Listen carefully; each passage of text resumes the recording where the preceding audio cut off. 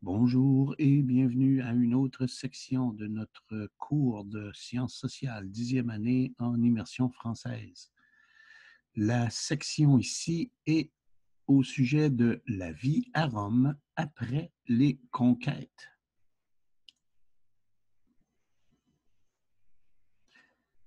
Les conquêtes ont mené à une hausse de la population de Rome, les esclaves et les citoyens. Donc, il y avait beaucoup plus de personnes qui habitaient Rome à cause des conquêtes.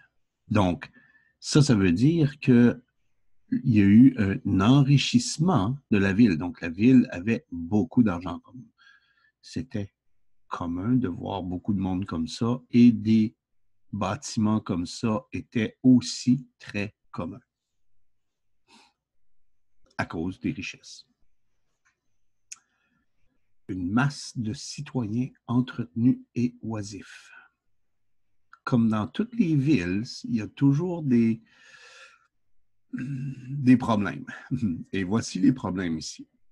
Il y a des centaines de milliers de citoyens paysans qui ont été ruinés par les conquêtes, sont forcés d'émigrer vers Rome. Donc, les personnes qui ont vécu pendant le temps des conquêtes, donc pendant le temps des guerres, lorsque la guerre a été finie, lorsque la conquête a été finie, peut-être c'était surtout les paysans, avaient perdu leur terre, avaient perdu leur façon de vivre.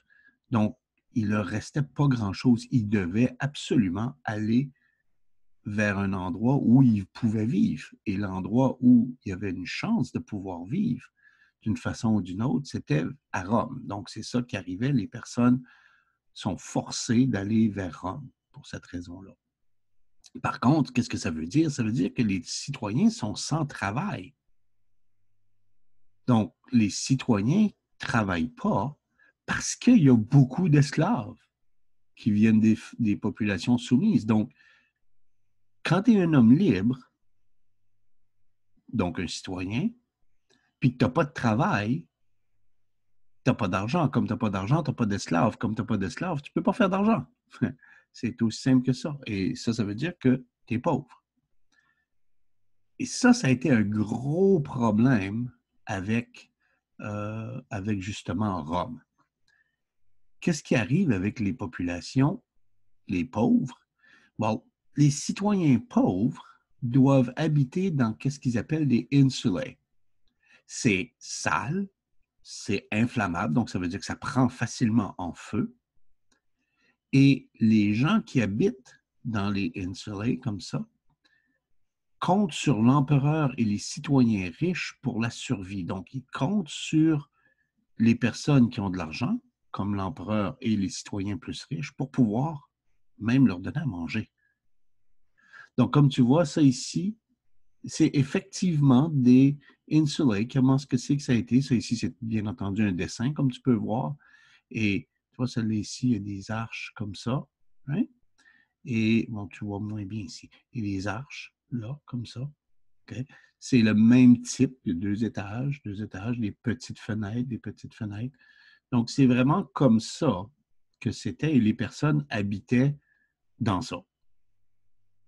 Ils habitaient là-dedans et c'était pas vraiment propre. C'était très sale même. C'était très, très, très de base. Donc, qu'est-ce qu'on fait quand on est libre et qu'on n'a absolument rien à faire? Ben, on va voir des jeux. Hein? Ça va occuper nos loisirs.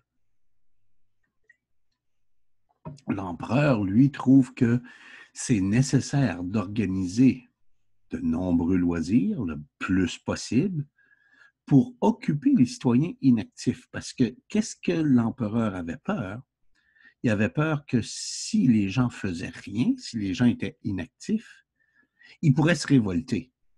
Et là, il y aurait eu des gros problèmes parce que il y avait beaucoup de pauvres, beaucoup plus de pauvres que de riches. Donc, il n'aurait pas été capable d'empêcher les pauvres de se révolter. Donc, qu'est-ce qu'on fait? On fait des jeux. On a des gladiateurs, des courses de chars, comme tu vois ici, une autre course de chars ici. Ils ont même fait une grande place ici pour faire des grands spectacles, des courses de chars, etc., avec au centre plein de monuments pour montrer les victoires de Rome. Okay? Donc, c'est toutes des choses comme ça. Ça a venu à l'idée du pain et des jeux. C'est une expression qu'on a en français, du pain et des jeux. Ça veut dire donne à manger au monde, occupe-les, puis ils vont pas se révolter. Okay? C'est vraiment l'expression quand tu veux contrôler un gros groupe, tu leur donnes du pain et des jeux. Donc, le pain quotidien est fourni aux citoyens pauvres gratuitement. On donne du pain à tous les jours aux citoyens pauvres, et ça, c'est gratuit. Ainsi que des jeux. Les jeux aussi sont gratuits. Tu peux aller voir les combats de gladiateurs, des chariots, les chars, etc. Tu peux aller voir ça sans problème pour te divertir. L'idée de garder les pauvres calmes en leur donnant à manger et un divertissement constant pour éviter les révoltes. Donc, on a même fait des grosses constructions comme ça pour pouvoir avoir des jeux dedans et tout ça. On leur donne du pain. Il y avait quelqu'un qui faisait du pain. Il y avait des esclaves qui produisaient le blé pour pouvoir faire le pain. Bon, comme tu vois, tout était vraiment bien organisé pour donner du pain et des jeux pour maintenir la population tranquille. Les Romains, une autre chose aussi qu'ils pouvaient faire, ils pouvaient aussi se divertir aux thermes. Qu'est-ce que c'est les thermes? C'est des bains publics. Donc, comme tu vois ici, ça, c'est des vestiges, c'est des... J'ose pas dire des ruines, c'est tellement beau, mais c'est des choses qui restent des Romains. Excusez. C'est des choses qui restent des Romains. Ou est-ce que les plus simples sont comme ça? Ou est-ce que c'est que tu as juste les personnes qui peuvent aller dedans? Et c'est des bains. Les gens peuvent se baigner dedans. Ou plus riches, comme ici. Hein? C'est le même, sauf que ça ici, c'est le jour, puis ça, c'est le soir. Donc, comme tu vois, il y avait des choses qui étaient vraiment bien organisées comme ça. Et bien entendu, on organisait des grands projets de construction. Et chaque fois qu'il y avait un projet de construction, c'était beaucoup, la grande majorité en tout cas, pour des loisirs. Et c'était financé par les impôts payés par la population soumise de l'Empire. Donc, les gens travaillaient, donnaient des impôts, donnaient de l'argent à l'Empire, donnaient de l'argent à l'empereur, et l'empereur, lui, prenait cet argent-là, il y en avait beaucoup, et il construisait des choses pour occuper les gens, pour leur donner des loisirs. Et c'était vraiment important. Comme ça, on pouvait maintenir la population tranquille. Comme tu vois ici, on a un amphithéâtre qui est comme le Colisée. There you go.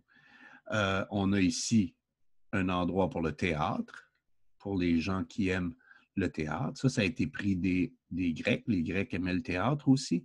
Mais quand les Romains ont pris la place, ils ont fait « Ah, regardons ça, c'est le fun, ça. » Et ils ont fait la même chose.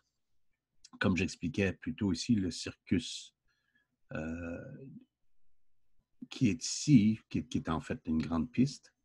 Et, bien entendu, la chose la plus importante, l'aqueduc, pour apporter de l'eau dans les différentes villes. Donc, ça ici, c'était une construction pour apporter de l'eau dans les thermes, les bains publics. Okay? Donc, toutes les constructions qu'ils ont faites étaient toutes au sujet de, ou presque toutes, en tout cas, je dirais 99%, c'était tout au sujet du loisir. Et les questions révision. Qu'est-ce qui a apporté une hausse de la population de Rome? Quel événement? Qu'est-ce qui est arrivé? Quel problème a été causé par la grande quantité d'esclaves à Rome? Comme il y a beaucoup d'esclaves, qu'est-ce que ça a causé comme problème? Où habitaient les gens pauvres? comment est-ce que les empereurs gardaient la population calme? Quelle sorte de divertissement est-ce qu'ils avaient? On en a parlé un petit peu. Et comment est-ce que l'empereur finançait les constructions? Donc, tu peux toujours, encore une fois, arrêter la vidéo, aller regarder, retourner en arrière, répondre à chaque question. C'est tout dans la vidéo très, très facile à retrouver. Et c'est terminé pour cette section ici. Donc, fais attention à toi. À la prochaine.